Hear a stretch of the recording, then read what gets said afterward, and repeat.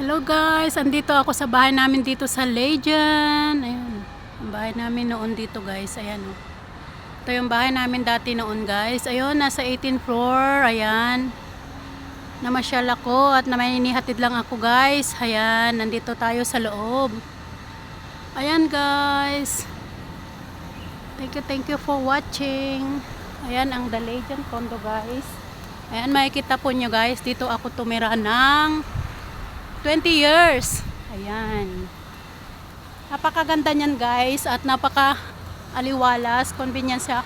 Malapit siya sa Orchard Road. Kaya gustong gusto ko po dito guys kasi pwede mo nang lakarin sa Paris Plaza. Ayan. Ito po yung The Legend. Ayan. Ito po yung The Legend condominium. Private property po ito ng lolo ko.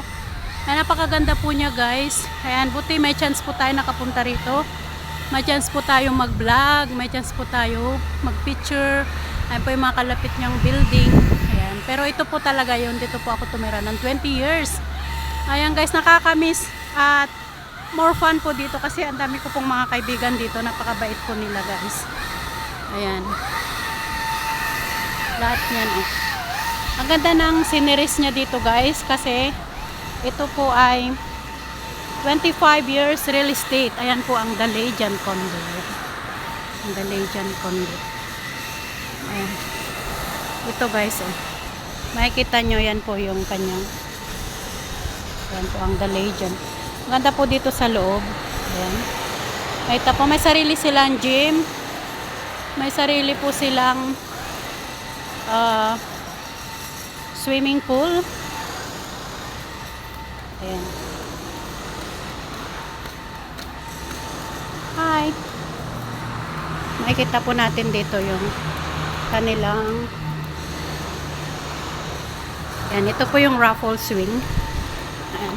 Doon po kami tumira guys. Ayun po, doon sa taas. Tsaka dito yung ano nila guys. Ayan, ito po yung kubeta dito. Ayan, ito po yung swimming pool nila dito. Ito yung swimming pool nila guys. Ayan. Ang swimming pool po dito. Ayan. Napakaganda niya guys. Oh.